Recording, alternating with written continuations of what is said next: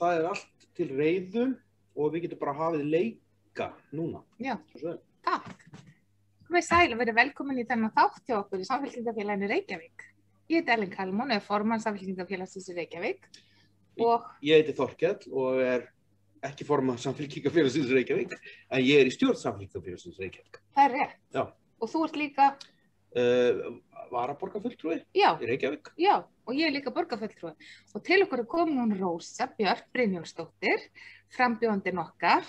Vertu sæl, Rósa, og velkomin. Takk kærlega fyrir. Gaman að vera með ykkur. Gaman að þú komst. Já. Við erum ekki mjög vant sjónvarpsfólk, en Rósa starfaði nú einu sinni í sjónvarpi. En við gerum okkar besta hér í dag og fyrst frábært að vera búin að fá þig og velkomin í flokkin. Takk fyrir, gaman að vera komin í flokkin. Ég er svo ánægð með það. Mér langaði bara svona til að byrja með svona að spyrja bara hver er Rósa og hvaðan kemurðu og viltu segja okkur álítið frá þér? Já, takk fyrir Ellen og Þorkell og gaman að vera með ykkur hér og frábært framtak að hafa þessa svona litlu sjónvarpsþætti hérna fyrir okkur sem að viljum kynna okkur aðeins. Fyrir að fyrsta, þá er ég afskaplega glöð að vera komin í Samfylkinguna og þakka fyrir allar hlýjar og góða móttökur. Virkilega gott að finna fyrir því. Hver er Rósa? Já, sko, ég er 46 ára móðir í Vesturbænum, bý þar og á 3 börn og hef verið í stjórnmálum, eiginlega má segja frá 2010. Þá söðlaði ég aðeins hafði þá verið árinu undan í fjölmiðlum, unnið bæði upp á RÚV og Stöð 2 og ekki má gleyma NFS, hinni íslensku CNN stöð. Svo að segja ykkur kannski svona einhverja sögur af því hérna eftir að vel ykkur á okkur. Og ég hafði líka unnið sem í fjölmiðlum sem sagt í Frakklandi, í París og svo líka sem leiðis fyrir alþjóðlega sjónvarpsstöðvar hér á Íslandi eftir hrunið, til þess að fjalla hrunið. Síðan árið 2010 ákvað ég að söðla og fara að vinna upp í fjármálaráðuneyti sem fjölmiðlafulltrúi fyrir fjármálaráðherra þá, sem að stóð svona ögn í ströngu svona eftir eitt stykki efnahagshrun og það var Steingrímur Sigfússon og það var nokkuð svona trillt tímabil, svolítið mikið að gera hjá okkur þar. Síðan hef ég verið varaþingmaður frá árinu 2013 til árið 2016 og settist þá á þing fyrir annan flokk en Samfylkinguna en hef verið inn á þingi síðan þá. Frá 2013? Ég varaþingmaður 2013 til 2016 og var nokkuð heppin að komast nokkuð örtinn á þing þá, en svo orðin þingmaður 2016. Þannig að. Já, en þú ert búin að vera núna 4 ár þingi. Já, 5 ár, já, og það er nú gengur á ýmsu þessu tímabili. Það var eitt stykki vindrismálið og uppreist ærumálið og það hefur verið gríðarlega viðburðaríkir tímar að vera í pólitík á Íslandi. Og líka auðvitað að vinna fyrir ríkisstjórn Samfylkingarinnar og Vinstri grænna 2009-13 sem var ómetanlegur tími og gefandi og góður. Og það voru stór verkefni sem vorum að glíma við þá. Þá að vinna fyrir ríkisstjórn Jóru Sigurðardóttur sem var fyrsti kvenforsetaráðherra okkar. Já. Og samkynhneigð já, og ég bara kynntist náttúrulega fullt af góðu fólki í þeirri vinnu og svo með sem á þinginu. En hvaðan kemur? Hvert ertu alin upp? Ertu Reykjavík? Já, góð spurning. Sko, ég sem sagt ólst upp í Kópavoginum. Já, fyrstu 2 ár ævi minnar þá bjó ég inn í blómlegu byggð Vatnsleysuströnd. Ég segi blómleg byggð með ákveðnum hæðnistón, því að það er ekki mjög blómleg byggð. En þar bjuggu foreldrar mínir, voru mjög ung þegar þau áttu mig og pabbi minn var sauðfjárbóndi og síðan fluttu þau á Grettisgötuna, ég var 2 ára og síðan fluttu við í Kópavoginn og þar ólst ég upp og gekk allan í grunnskólagöngu í Kópavogi. En foreldrar mínir fluttu samt sem áður nokkur ár upp í Breiðholt í Reykjavík, í Seljakvarfið. Og af því ég var einbirni þá tók ég þá ákvörðun ein með sjálfum mér að ég myndi halda áfram að vera í skóla í Kópavogi þó sem við varum að flytja þarna í Breiðholt. Já, síðan fór ég í menntaskólann í Reykjavík eftir grunnskólagöngu í Hjallaskóla í Kópavogi og fór síðan í Háskóla Íslands og tók 1 ár líka í háskólanum í Grenoble í Frakklandi.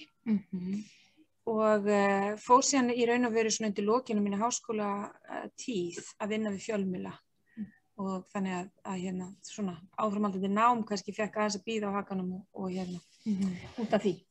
Og fjölmiðla vinna náttúrulega svo samfélagstengt og þá kannski kemur áhuginn á pólitík í framhaldinu eða í kringum það. Já. En ég ólst líka upp við sko svona mjög, hvað ég segja, ég meina foreldrar mín eru bara vinnandi fólk og faðir minn smiður og móðir minn skrifstofukona og ég var líka mjög mikið hjá langömmu minni á Vatnsleysuströnd sem var mikill skörungur, miklar skoðanir, mikil kvenréttindakona og steytti reglulega hnefan í 8 Reykjavík á móti íhaldinu, þannig að það kom svona mikið mikil svona réttlætiskennd sem kom þar og hún mikil fyrirmynd mín, sú kona. Já. Hvað hét hún? Margrét Þórarinsdóttir. Sko, við erum svo mikið matarfólki á Kili. Já, gott. Svo ég var að spá í sko, hver svona uppáhaldsmaturinn þinn? Sko, ég er líka mikil matarkona. Sko, mér finnst líbansku matur svolítið góður og allir matur við Miðjarðarhafið. Það er svolítið góður matargerð við Miðjarðarhafið. Líbanskur og þetta franskur. Það er náttúrulega svolítið uppáhaldi, sko. Franska eldhúsið, sko. Þekkir þú líbanskan mat? Meira en á afspurn þá. Já, þú veist, hefur smakkað hann? Já, ég hef smakkað líbanskan. Það er mjög fínt og ég er bara að teka undir þetta. Matur við Miðjarðarhafið er mjög góð. Það er eitthvað bara.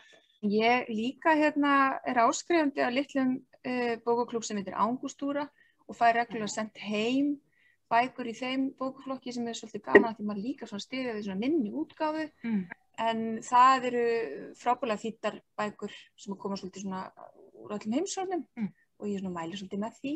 Það er svolítið gaman að lesa það. En svo svona þú veist, ég voða svag fyrir Naomi Klein og allir svona loftslagsbókunum hennar. Svo ég að lesa líka svolítið áhugaverða bók, stutt og létt að lesa sem Jacindu Ardern, forsætisráðherra Nýja-Sjálands. Frábærlega flott kona. Hún sko með mjög skarpa sýn og gefur lítinn afslátt á sínum hugsjónum. Og það er líka svolítið flott líka bara hvernig hún svona gefur ekki mikið afslátt á þeim en nær með einhverju sjarma og lipur líka að ná fram því sem hún vill ná fram. Þannig að það finnst mér óbúslega flott stjórnmálakona, mjög áhugavert að lesa hana. Þetta svona nýjasta sem svona Já, einmitt. Er svo bók komin út í íslenskri þýðingu? Nei, hún ekki í íslenskri þýðingu, en hún er komin út hérna á Íslandi. Það má finna hana hér heima. Mæli með. Já, áhugavert. En sko, svo hefur við verið að sjá hjá frambjóðendum okkar að þeir hafa svona linda hæfileika eða svona hæfileika sem þeir kannski byrja utan þess að maður veit ekki, þú veist, fólk. Ert þú með eitthvað svona sérstaklega hæfileika, einhver svona fimni eða músík eða eitthvað sem við svona vitum ekki sem væri svona skemmtilegt að vita? Já, þið heyrið að ég svara já. Mjög afdrátt, jákvæð. Ég er náttúrulega brjálæðislega góð í limbói. Og sjálfskipað limbómeistari meðal hans Vesturbæjarins og ef ekki bara Reykjavíkur. Áhugavert og gagnlegt. Virkilega gagnlegt. En það er svona aðeins svona fallið á þessa fimmi kannski núna. Undanfarið, 1 ára eða 2, en það er bara æfingin, sko. Það er bara að æfa sig því. Síðan ég náttúrulega gömul fótbolta að keppa. Og á meti því að halda fótboltalofti og Og með hvaða býtur liði spilaðu? Nú með gullaldaliðinu ÖBK Breiðablik. Þarna voru miklar keppur og þetta var stórkostlegt lið. Nei, þannig að þetta eru svona duldir hæfileikar. Svo maður nú nokkuð góður á fjöllum, ég gaman fjallaleiðsögukona og góð á áttavit og GPS og svona sko. Þetta allt saman getur nýst, ég veit ekki alveg saman í limbón og GPS og áttavit en þetta eru ákveðni hæfileikar. Ég til dæmis finnst ég alltaf rata sko miklu betur en maðurinn minn og það finnst honum erfitt. Frekar erfitt sko.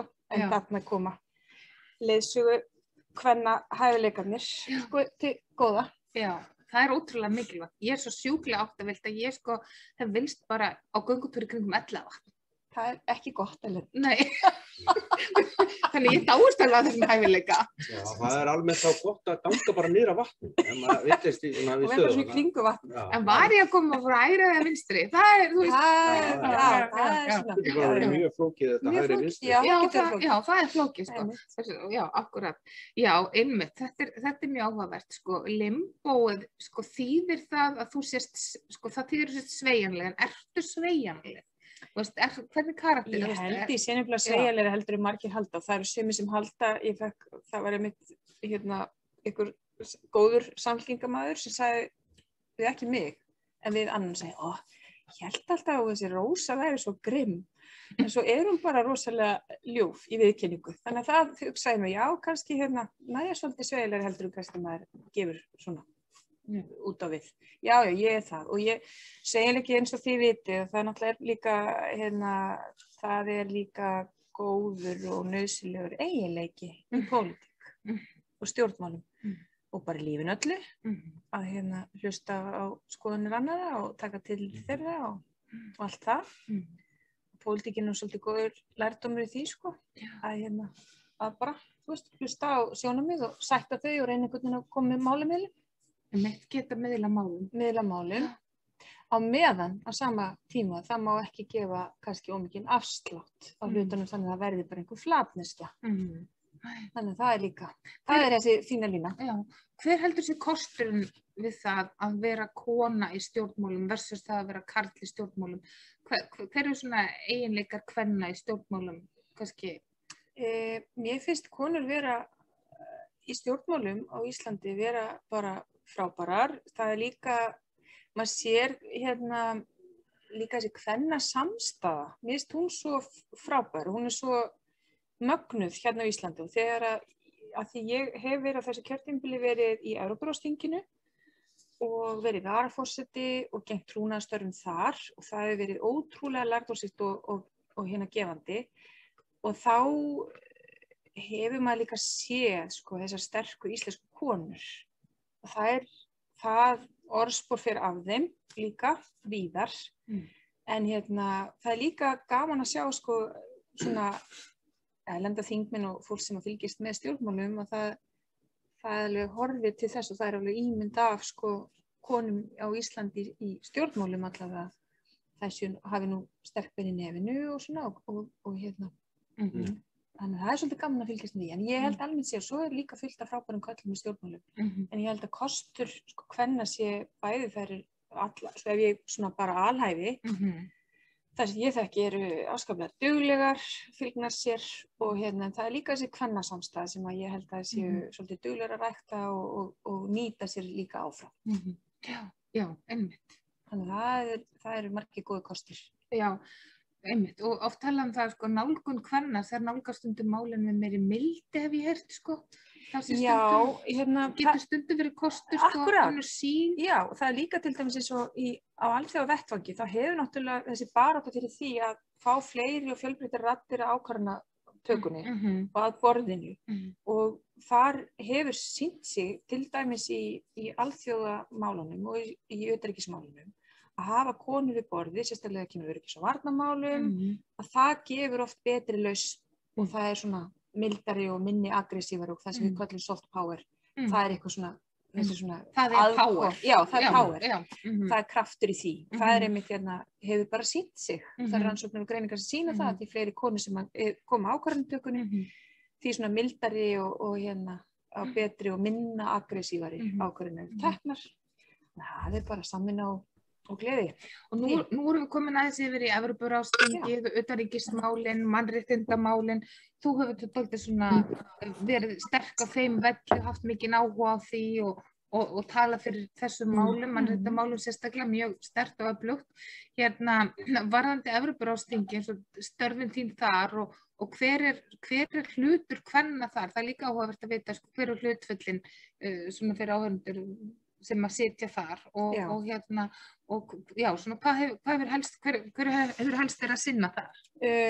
Sko, Evrópuráðið og Evrópuráðsþingið er alveg ótrúlega merkileg stofnun. Við vorum 5. ríki sem gerðust aðildarríki að Evrópuráðinu og Evrópuráðið var náttúrulega stofnað á sínum tíma eftir seinni heimsstyrjöldina til þess að þetta varðveita svona þessi gildi, þessi evrópsku gildi til þess að forðast þær hörmungar sem að við náttúrulega, sem Evrópa gekk í gegnum í seinni heimsstyrjöldinni. Og það eru þessi gildi sem snúast mannréttindi, lög og reglur og lýðræði. Þarna eru 47 ríki og mun fleiri heldur en þau sem eru í ESB. En öll ESB-ríkin eru aðildar að Evrópuráðinu. Þannig að þegar við heyrum á íslensku, þetta er ruglandi fyrir suma vegna þess að Evrópuráðið er líka ESB-apparat, en svo líka Evrópuráðið og Evrópuráðsþingið, það er þetta stærra apparatið sem snýst mannréttindi, lög, reglur og lýðræði. Þarna eru 380 þingmenn, fulltrúar 47 ríkja, allt frá Tyrklandi, Rússlandi, Azerbaijan, Armeníu til Íslands og Norðurlandana og Bretlands og allra Evrópuríkjana. Ég var formaður Íslandsdeildar Alþingis í Evrópuráðsþinginu, síðan var að forseti þingsins og var líka formaður flóttamannanefndarinnar sem að nota benni er með 86 þingmenn frá öllum þessum löndum, risastór nefnd og mjög mikilvæg og gríðarlega gott og þarft starf sem þar er unnið. Þingið samþykkir síðan ályktanir sem verða skýrslur sem tekur mikinn tíma, miklu sérfræðingar sem vinna inn í Evrópuráðinu, þar að segja starfsmennir og embættismennirnir. Þessar skýrslur og ályktanir eru síðan samþykktar af ráðherraráði Evrópuráðsins og þaðan eiga þær að koma inn í löggjöf okkar. Þannig að þetta er óbúslega merkilegt apparat og þarna eru líka mjög stórir og merkilegir sáttmálar sem við erum aðildar af, eins og Istanbúl-samningurinn, eins og mannréttindasáttmáli Evrópu, eins og félagslegi sáttmáli Evrópu og svo framvegis. Og svo krúnudjásnið er mannréttindadómstóll Evrópu sem við höfum aðild að og það koma náttúrulega dómar sem eru fordæmisgefandi fyrir þetta. Þannig að þetta er óbúslega merkilegt starf sem er unnið þarna inni og bara ég verð eiginlega að segja það, ég er svo þakklát fyrir að hafa fengið þetta tækifæri að hafa starfað á vettvangi Evrópuráðsþingsins og það gefur mér svo mikið sem stjórnmálakonu. Og þetta er misjafnt hvernig þingmenn nýta sér þetta. Ég segi líka að þetta alþjóðasamstarf og alþjóðasamvinna, hún er svo nauðsynleg fyrir okkur hér heima til þess að bara opna þennan glugga og samskipti og samvinnu við þau ríki sem við náttúrulega berum okkur saman við og líka höfum sömu gildi. Og af því ég oft fengi líka spurningar það eftir í gettilís við samfylkinguna, ert þú Evrópusinni eða ekki? Já, ég hef alltaf verið Evrópusinni og ég alltaf verið á þeirri skoðun að samvinna Íslands og Evrópu sé svo farsælasta fyrir Ísland. Og þó flokkurinn sem ég hafi verið, ég hafi kannski haft svona opinbera aðra menningar og aðra stefnu, að þá samt innan þess flokks þrifist líka margskins skoðanir hvað þetta varðar.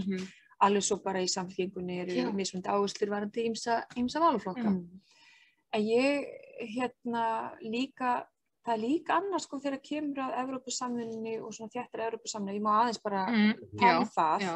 Það er þetta ekki bara sko þröngur vinkill gjaldeyrismálin. Þetta er líka þessi samvinna sko sem snýst loftslagsmálin, flóttamannamálin, menntamálin. Það er gríðarlega mikilvægt fyrir okkur að vera þéttar í Evrópusamvinnu þegar kemur að menntamálunum og Erasmus og allt þetta sem við erum að náttúrulega hálfuleyti aðilar, af því við erum að hálfuleyti aðilar að ESB gegnum EES-samninginn, þá þetta skiptir þessu miklu máli fyrir okkar unga fólk og fyrir nemendur og kennara líka. Þannig að það er bara, og síðast en ekki síst, síðan loftslagsmálin. Af því þaðan eru við í raun og veru að taka inn í okkar löggjöf gegnum EES-samninginn allskyns reglugerðir sem snúast loftslagsmál sem betur fyrr við erum að gera. Við langar til að staldra þess við mannréttindamálin og sko hvað getum við gert betur í mannréttindamálum? Nú var einhver sem fleði fram daginn, það er einhver sem vilja bara að við leipum bara öllum inn í landið, viljum við það og það eru það sem er að gerast núna á Gaza-svæðinu og svona, hvað getur Ísland gert betur í mannréttindamálum? Hvernig eigum við að að svona takast á við það. Þetta tengist loftslagsmálunum, af því við erum auðvitað með flóttafólk vegna loftslagsmála, sko, loftslagsflóttafólk og þannig að sko, hvað eigum við að gera betur í mannréttindamálum eða var eitthvað svona? Já, sko, sem getur nefnt samhengi. Það svolítið áhugavert, vegna þess að það sérstaklega kannski núna því við erum mikið að tala um þessar hörmungar sem eiga sér stað núna í Palestínu og milli Palestínu og Ísraels. Og þá kemur oft upp kannski eitthvað spurning, við erum bara lítil þjóð í norður og hvað kemur okkar afstaða eitthvað við eða kemur það eitthvað, skiptir það einhverju máli? Já, hún skiptir máli. Hún skiptir gríðarlega miklu máli núna og hún hefur skipt máli afstæði Íslands og alþjóðavettvangi. Við vorum fyrsta vestrænt ríki sem að viðurkenndi Palestínu sem sjálfstætt og fullvalda ríki og það skiptir máli. Við höfum setið sem lítil þjóð í mannréttindaráði Sameinuðu þjóðanna og haldið á lofti þar ákveðnum málflutningi sem hefur skipt máli og það hefur líka skipt máli í öllum þeim alþjóðastofnunum sem við höfum aðild að okkar rödd. Og við erum, mér finnst það svo oft vanta svona eitthvað sjálfstraust inn í svona utanríkisstefnu okkar að við séum bara, við höfum rödd og við höfum stöðu þrátt fyrir að vera lítil þjóð og þá skiptum við líka máli og það er líka akkurat að halda upp þessum gildum mannréttindin og lýðræðið og lög og reglu í hvívetna. Þegar kemur að málefnum flóttafólks, þá líka skiptir miklu máli að við séum með afdráttarlausa stefnu sem byggir á mannúð. Af því að við sjáum það til að mynda, þá verð bara að segja þá ömurlega sorglegu þróun sem átt sér stað með systurflokk okkar í Danmörku sem hefur raun og veru bara haldið á lofti áfram stefnu þjóðarflokksins í málefnum flóttafólks og hefur einangrað sig út af því. Þar viljum við í Samfylkingunni að sjálfsögðu ekki vera, heldur á Íslandi að hafa hér að mínu viti, halda úti hér stefnu, skýri stefnu í málefnum fólks á flótta og innflytjenda, byggða á mannúð. Og þegar við erum að tala um að málsmeðferðartími fólks þeirra að bíða hérna lengi eftir því að þeirra mál sé tekið fyrir og svo er fólk búið að festa hér rætur og svo framvegis, þá þurfum við að sjálfsögðu að gera kerfið þannig að fólk fái fljótt skýrari svör við sínu en við megum ekki hafa þannig eins og til dæmis hægriflokkurinn í Noregi hefur verið að gera, hefur verið að iðka sko nánast að snúa fólki við á flugvöllinum af því það gengur svo mikið út á skilvirkni. Þannig að hraðinn og skilvirknin þegar við erum að tala um það í pólitísku svona samhengi og í umræðinni, já, hann verður að vera til þess að fólk fái svör og skýr svör og það sé ekki vera að halda fólki í algjör óvissu í marga mánuði jafnvel ár, heldur byggða á mannúð. Og svo verður líka að segja það að skoðanakannanir sýna að Íslendingar eru mjög umburðarlyndir þegar kemur að fólki af erlendum uppruna. Þó svo að einhver ákveðin umræða í ákveðin stjórnmálaflokkum inn á þingi eða í borginni svona láti fólk halda eitthvað annað. Þá er svo miklu stærri massi sem að tekur fallega og mannúðlega afstöðu til fólks á flótta og hælisleitenda og fólk um erlendum uppruna. Við höfum margt ólært þegar kemur að málefnum innflytjenda en það eru fullt af sveitarfélögum út um all land sem hafa verið boðin og búin til að taka á móti fleiri fólki og vilja taka á móti fólki til sín. Og mér finnst við svona tala kannski minna um það, hvað það er svona miklu stærri hluti þjóðarinnar sem er jákvæður. Og það er bara nýleg könnun í Fréttablaðinu sem sýnir það er miklu stærri og bara mjög stór hluti þjóðarinnar sem er bara mjög jákvæður. Og ég meina, guð minn góður, við sjáum það líka hversu fegin við erum að sjá bara meiri fjölbreytileika í íslensku samfélagi og því fögnum við. Já, ég segi það oft líka, sko, fólki sem kemur hingað, það velur það yfirleitt ekki sjálf, en fólki sem kemur hingað og ætlar sér að vera hér, það er fólk sem ætlar sér að byggja sér upp og búa hér og festa rætur, það er mjög mikilvægt. En Mannréttindaskrifstofa Íslands hefur lengi barist fyrir því og aðildarfélög hennar að hér verður sett á stofn mannréttindastofnun, frjáls og óháð mannréttindastofnun. Því Mannréttindaskrifstofa Íslands er nú bara frjáls félagasamtök sem að fara með mörg verkefni í einhvers konar samstarfssamningi við ríkið og er að sinna í raun og veru hlutverki sem að ríkið er sjálfstæð mannréttindastofnun ætti að vera að sinna samkvæmt Parísarsamkomulaginu. Telur þú okkur ekki þurfa að koma á fót slíkri stofnun? Jú, algjörlega. ég hef talað fyrir því inn á þingi, og algjörlega bara, og þetta eru alþjóðleg tilmæli til okkar að hafa alþjóðlega sjálfstæða mannréttindastofnun og þar eigum við að vera og eigum ekki, það líka svolítið sko, kannski aðeins og innbyggt í Íslands samfélag sko að einhver félagasamtök eigi að sjá mjög stóran þátt mannréttindastarfa og það er gott og vel og það eru frábær félagasamtök hér á Íslandi eins og Rauða krossinn og fleiri en það þarf líka að tryggja rekstur og starfsemi óháðra sjálfstæðra mannréttindastofnana. Þar eigum við að bæta úr. Algjörlega. Ef við förum aftur yfir loftslagsmálin, nú hefur Samfylkingin sett fram dálítið skýra stefnu í þeim málum og Keli, okkur finnst að þetta er skýrasta stefna í loftslagsmálum, var það ekki? Jú, ég held að við getum verið sammála því, sko. Já.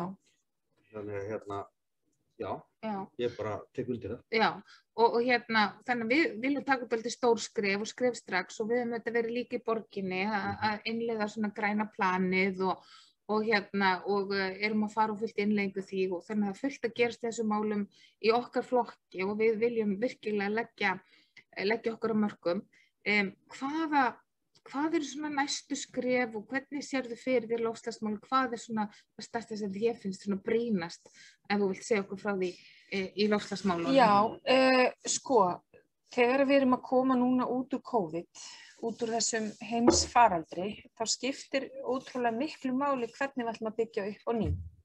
Og heimsfaraldurinn hefur bæði verið ótrúlega krefjandi og erfiður en líka kennt okkur mikið og fengi okkur líka láta okkur hugsa hlutina líka upp á nýtt. Það er að segja hvernig viljum við byggja upp okkar samfélag upp á nýtt eftir þetta áfall. Fyrir að fyrsta að þá er ég sammála því að Samfylkingin hefur verið að gera ótrúlega góða hluti þegar kemur að loftslagsmálunum undanfarið. Þar hefur náttúrulega Reykjavíkurborg með samfylkinguna leiðandi verið til algjörar fyrirmyndar. Og loftslagsáætlun Reykjavíkurborgar, græna planið, þetta eru frábær stefna og áætlanir. Borgarlína er náttúrulega mjög stórt mál þegar kemur á loftslagsmálunum vegna þess að við viljum draga úr útblæstri í höfuðborginni og við viljum auka hlut almenningssamgangna, þær séu fyrir alla. Og þetta er ekki eitthvað elitumál, þetta er líka stéttamál af því að loftslagsmálin verða líka vera þannig að við hvar sem við erum, hvað tekjur sem við höfum eða stétt eða stöðu, að við eigum þátttöku og hlutdeild í þeim. Og góðar og greiðar almenningssamgöngur eru sannarlega líka það. Síðan er það þessi svona græna uppbygging eftir COVID, vegna þess að bara nefni sem dæmi, þessi grunnatvinnuvegur okkar undanfarin ár sem er ferðaþjónustan, hún var kannski ekki alveg sjálfbær og við þurfum einhvern veginn að hugsa hann upp á nýtt, ætlum að fara bara aftur í sama farið og fyrir COVID þegar kemur að ferðaþjónustunni, eða ætlum að reyna að byggja hann upp á nýtt með sjálfbæra hætti. Og það, ef við bara horfum svona verkefnin hérna sem eru framundan. Skemmtiferðaskipin til dæmis voru mjög stór þáttur í ferðaþjónustunni, eru við að fara að keyra á það, vegna þess að það er nokkuð mengandi þáttur ferðaþjónustunnar. Ætlum við að markaðsetja okkur sem ferðaþjónustuland sem er akkurat gerir út á græna ferðaþjónustu og þessa umhverfisvænu og loftslagsvænu upplifun fólks, ætlum að vera með massatúrismann og bara keyra þetta áfram og vera með 2 milljónir hérna næst, skiljiði mig. Það er þetta líka, en síðan er það nokkuð sem að mér finnst að þú talar hvað ég myndi vilja sjá og það er við þurfum náttúrulega að endurhugsa líka stefnu okkar þegar kemur að stóriðju upp og nýtt, þannig að þetta er mengandi atvinnustarfsemi og við þurfum að velta því fyrir okkur hvort við viljum nota okkar hreinu og frábæru orku í það eða hvað. Við til dæmis höfum ótrúlega tækifæri þegar kemur að matvælaframleiðslu og ég sakna þess mjög að matvælastefna til ársins 2030 sem var í vinnslu á hálfu ríkisstjórnarinnar að þar sé ekki meira svona loftslagsvænni aðgerðir þegar kemur að matvælaframleiðslunni. Sjálfbæra Sjálfbæra framleiðslu. Já. Þetta ekki sett fram heldur af minni hálfu eða okkar sem tölur svona sem einhvers konar átök við sko bændasamfélagið eða sauðfjárbændur eða kjötræktendur. Þetta ekki, það á ekki að vera þannig. Það bara ótrúlega tækifæri sem við hér á Íslandi höfum í matvælarækt til dæmis. Síðan það, já, það útblásturinn og það þú veist líka þessi tækifæri sem við höfum, bæði að draga úr útblæstri og mér hefur fundist líka allt og lítið gert og ég hef verið gagnrýnin á það að við höfum ekki verið að koma fram en aðgerðir til þess að draga úr útblæstri og þar eru samgöngunar og stóriðan langstærsti parturinn. Sjávarútvegurinn líka hefur verið þarna undir, við þurfum líka að taka utan þann part, en ég líka á samtölum mínu við fólki í atvinnulífi hér á landi finnst að það sé ákveðið þorsti í atvinnulífinu eftir því að fá svolítið leiðbeiningar, fá svolítið sko leiðbeiningar, við viljum vera grænni, hvað eigum við að gera?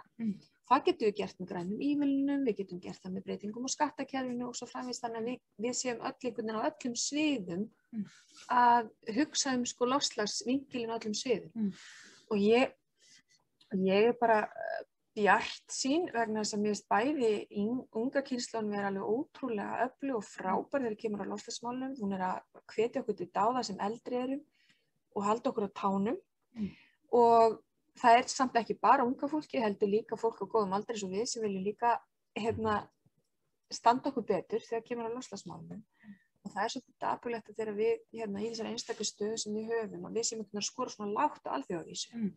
Við hljótum að vilja hífa okkur svolítið upp þar. Það nóg að tækifæri. Já, ég sammála því. Svo líka sko að vera að vinna til að rafvæða hafnirnar. Þannig að þessi hafa einhver áhrif á skemmtiferðaskipin og svo framvegis, þannig að það er þetta margt í gangi sko.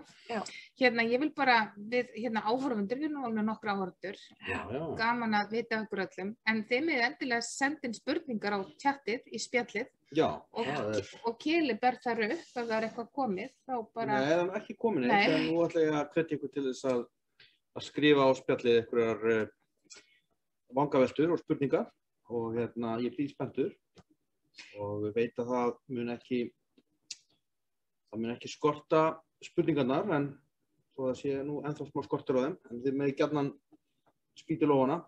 En mér langar líka eins kannski, þú veist, til þess að varandi loftslagsmáli líka að því að kannski óvar sumum við bara guðmund almáttur, við erum komin inn á heimsfaraldri og eigum núna að fara að tala þú veist, loftslagsbreytingar og þú veist, allt þetta skilju. En við verðum samt að horfast í augu við það að þetta er stóra verkefni okkar. Þetta er næsta stóra verkefni okkar og við verðum einhvern veginn að filtra þetta inn í allar ákvarðanatökur sem við tökum. Þannig að ég held að ef samfélkingin var einhverja ráða með við það sem við höfum verið að gera bæðin á þinginu og inn í borginni, að þá séu nokkuð bjartu tímar þegar það kemur að þessu sko. Það er til grænna innkaupa líka, það er mjög mikilvægt að huga því að maður sé að kaupa vistvænt og svo þessar skipulagsbreytingar verið að vera með meiri þjónustu í hverfunum þannig að fólk geti gengið hjólað og skokkað út í búð og í nær Já, og náttúrulega þétting byggðar gengur náttúrulega meðal út á það að þetta gera byggðina hagkvæmari og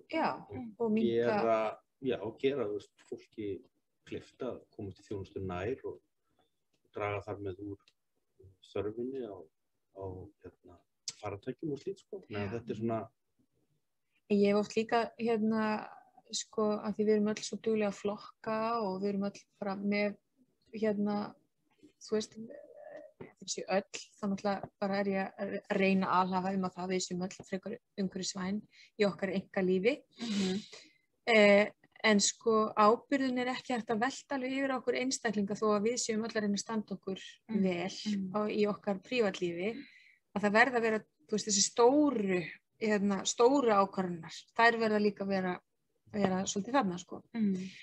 En það eru stjórnvöld sem náttúrulega setja tónin og gefa líka, og þetta helst líka í hendur við stuðningu nýsköpun og skapandi greinar, við fjölbreyttir tækifæri og sköpun svo kallar að grænna starfa í staðinn fyrir að vera með svona grunnstörf í raun og veru sem þú veist kannski sem ekkert eftirsóknarverðustu störfin þó að þau séu vissulega virðingarinnar vert og allt það. En ég held að það hið opinbera sem þarf að gefa tónin og leiða veginn og við höfum líka séð að sko bara til dæmis grænir skattar af því að skattkerfið er svo öflugt tæki að það til dæmis ýtir fyrirtækjum og félögum inn í ákveðnar áttir ótrúlega öflugt tæki. Og svo hefur COVID náttúrulega fært okkur sko fjórðu iðnbyltinguna hraðar, mjög hraðar en áður. Þannig að sko það þetta bæði verið erfið tímar, lærdómsríkir tímar en tækifæri til þess að stokka dálítið upp og endurhugsa og endurhanna samfélagið. Og og ég sé fyrir mér að þú veist, það verður líka umhverfisvænna einhverju leyti eftir COVID held ég.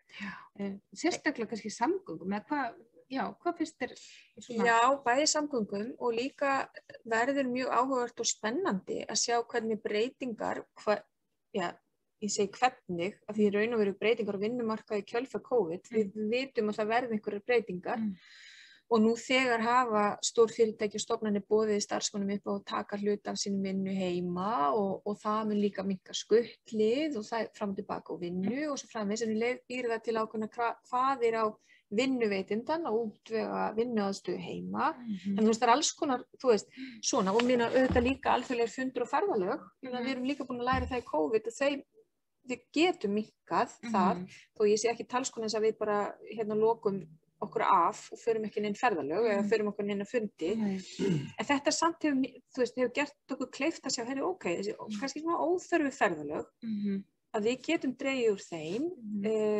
Svo líka held ég veit að ég kannski aðeins of bjartsýn sko. Mér finnst líka COVID hafa líka svona, auðvitað eru líka afleiðingar COVID sem eru ekki mjög fýsilegar og eru neikvæðar. En það er líka samt kennt okkur svolítið svona meta svona það sem skiptir máli í lífinu. Sem eru kannski bara vinur og fjölskylda og þessi mannlegu tengsl og samskipti og við finnum það líka núna þegar svona aðeins að létta og bólusetningar þeim að fjölga og það svona búið að vera sól á suðvesturhorninu og fólk aðeins svona að vera bjartsýnna. Að þá mikil svona spenningur í lofti, þú veist, að fólk sér loksins að fara að geta hist og að við þurfum svo mikið á þessu félagslegu samskiptum að halda, þau eru svo nauðsynleg, þannig að við erum einhvern veginn bara líka svolítið kannski að vega og meta og ég er ofta að segja, sko, ég vona líka að við varðveitum þetta svolítið, sko, við séum ekki bara að fara aftur bara back to business, sko, og gleymum ekki því sem við einhvern veginn höfum þurft að gangi í gegnum, sko. Gerður með spurningu, takk fyrir áhugavert samtal. Sagðir áðan að menntamálin væru mikilvæg. Hvað finnst þér mikilvægast í menntamálum? Mér finnst, sko, það sem nú ætlum bara að tala svolítið heildrænt. Mér þótt skort svolítið í menntamálum hér á Íslandi, þar að segja þessi samfella menntakerfana og svo atvinnustefnu. Þar að segja að við fyrir COVID og fyrir þetta atvinnuleysi sem við erum upplifað núna, að þá hafði svolítið nokkrar skeið hlutfall atvinnuleysra meðal háskólamenntaðra verið að aukast mest. Þannig við vorum að mennta með mikið af fólki, en vorum ekki með störf á endanum til þess að taka við í þessu frábæra fólki sem var að mennta sig. Þarna voru kerfin ekki alveg að tala saman. Þannig voru menntakerfi ekki að tala saman við atvinnustefnuna eða atvinnulífið. Eða þá var ekki verið að stýra fólki í ákveðna menntun vegna þess að okkur vantaði eitthvað fólki inn í ákveðnar ákveðin svið atvinnulífsins. Þetta hefur mér þótt vanta. Síðan, þannig að ég held að þarna sé gríðarlega mikil tækifæri fyrir okkur. Svo náttúrulega iðn- og verkmenntun líka. Þar við höfum verið að sjá núverandi menntamálaráðherra tala mjög mikið mikilvægi verk- og iðnmenntunar. Ég held að þurfa að vera svolítið, sko, bæði hugarfarsbreytinga líka þarf að vera svona ákveðin kerfisbreyting þegar kemur að verk- og iðnnámi og akkurat líka þetta að styðja við lítil, smærri og meðalstór fyrirtæki að ráða til sín nemendur og verk- og iðnnámi og við sjáum að það til dæmis er ein af 6 svona viðspyrnutillögum okkar sem við kynntum núna í síðustu viku hér að gefa fyrirtækjum gera þeim kleift að ráða akkurat fólk sem að koma úr bæði háskólanámi og úr verk- og innnámi til þess að komast á samninga og fá reynslu. Þannig ég held að þetta sé svolítið svona akkurat verkefni núna. Opna háskóla betur líka fyrir Opna háskóla betur. Mér finnst líka við þurfum að taka málefni listaháskólans fyrir. Það ekki eðlilegt að hér sé listaháskóli sem að rukkar nemendur mörg 100.000 skólagjöld. Þannig að listnám sé einhvern veginn að verða bara nám fyrir efnuðu og ríku í staðinn fyrir að við höfum öll aðgang að listnámi sem að svo stór þáttur mikilvæg fyrir okkar góða samfélag. Tekum til það. Já, það einmitt verið sett út á Ísland fyrir það að var það ekki nýlega skýrsla að við varum ekki að byggja upp svona, hvað maður segja, þekkingarstörf og þekkingariðnað og það kannski mitt eins og þú nefnir varðandi háskólamenn að við mennta mjög mikið af háskólamönnum mjög lengi en hins vegar virðist, eins og þú bentir á, að það frekar verið að aukast atvinnuleysi meðal þeirra og atvinnutækifærum hefur alls ekki, þeim hefur ekki fjölgað í samræmi við framboðið. Þetta eitthvað svona sem að vissulega ágefni. Hefur eitthvað svona spáði hvernig væri þetta að snúa þessu við? Eða? Já, sko, við erum til að mynda búin að vera með málið í þinginu sem hefur verið niðurlagning nýsköpunarmiðstöðvar Íslands sem að mér hefur fundist vera í raun og veru agalegt mál vegna þess að farið ansi hljótt. Já, frekar hljótt miðað við mikilvægi þess. Og þar í raun og veru sko, það alltaf hægt að beturbæta hlutina og stofnanir alltaf að vera í endurskoðun og sjá hvað virkar og hvað ekki virkar og svo framvegis. En þegar að verið að leggja niður eina stofnun án þess að vera búin að ákveða hvað tekur við þegar kemur að opinberu umhverfi nýsköpun, það ekkert rosalega sniðugt, finnst mér.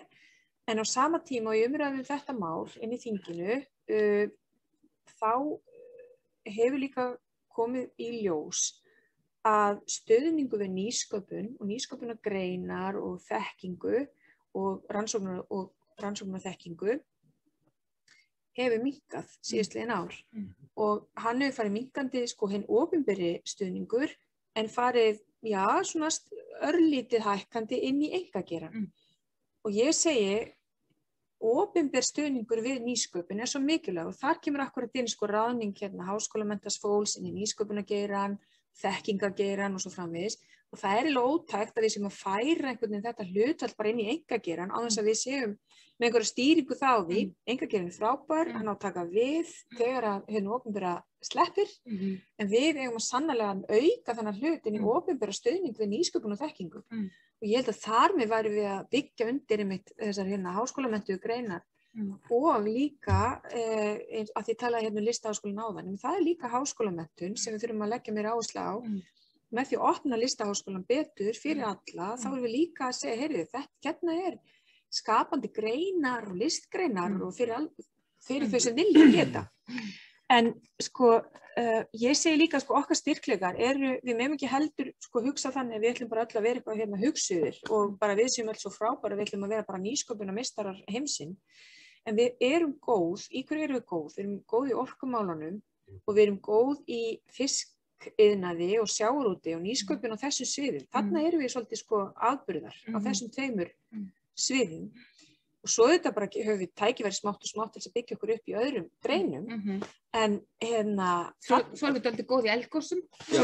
Jarðfræði. Já, var náttúrulega búin að gleyma því. En þannig við höfum frábært fræði, fólk höfum líka til dæmis eins og núna finnst mér svolítið spennandi líka aðeins að tengja við svona háskólamenntaðs fólk sem við náttúrulega verið með frábæra stéttir sem hafa staðið sig gríðarlega vel í kód, það heilbrigðisstéttina sem háskólamenntaðs fólk.